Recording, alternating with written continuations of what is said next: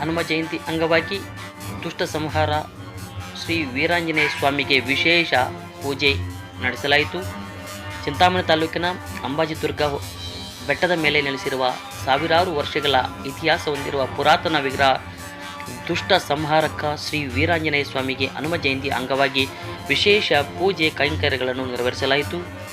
ಸುಂದರವಾದ ಬೆಟ್ಟಗಳ ಮಧ್ಯೆ ಮಂಜಿನಿಂದ ಕೂಡಿದ ಸುಂದರವಾದ ರಮ್ಯ ತಾಣವಾಗಿರುವ ಪ್ರವಾಸಿಗರಿಗೆ ಸಂತಸವನ್ನು ಉಂಟುಮಾಡುವ ಪ್ರಕೃತಿಯ ಮಡಿಲಲ್ಲಿ ನೆಲೆಸಿರುವ ಶ್ರೀ ವೀರಾಂಜನೇಯ ಸ್ವಾಮಿ ದೇವಾಲಯದಲ್ಲಿ ಭಕ್ತಾದಿಗಳು ಭೇಟಿ ನೀಡಿ ವಿಶೇಷ ಪೂಜೆಯನ್ನು ಸಲ್ಲಿಸಿ ಹರಕೆ ಹೊತ್ತು ಪ್ರಾರ್ಥನೆ ಸಲ್ಲಿಸಿದರು.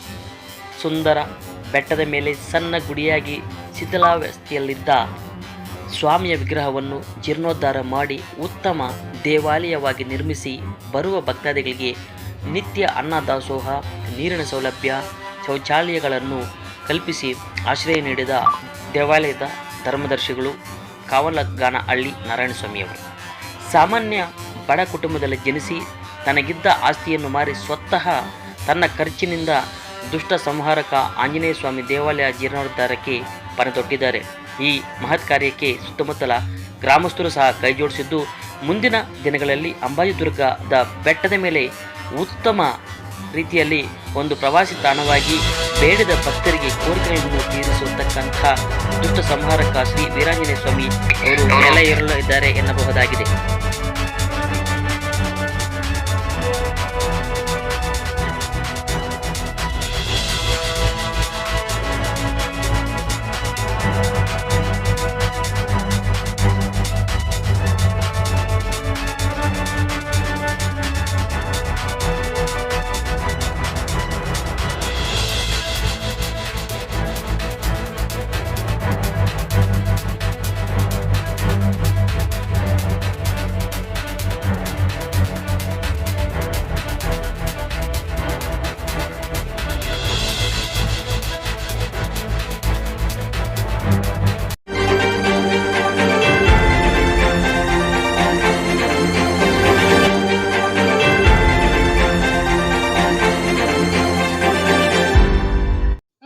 ಚಾನಲ್ಗೆ ಸಬ್ಸ್ಕ್ರೈಬ್ ಆಗಿಲ್ಲ ಅಂದ್ರೆ ಈಗಲೇ ಸಬ್ಸ್ಕ್ರೈಬ್ ಆಗಿ ಪಕ್ಕದಲ್ಲೇ ಇರುವ ಬೆಲ್ ಐಕಾನ್ ಕ್ಲಿಕ್ ಮಾಡಿ. ಮತ್ತಷ್ಟು ಅಪ್ಡೇಟ್ಗಳಿಗಾಗಿ ಫೇಸ್ಬುಕ್, ಇನ್ಸ್ಟಾಗ್ರಾಮ್, ಟ್ವಿಟರ್ನಲ್ಲಿ ಫಾಲೋ ಆಗಿ.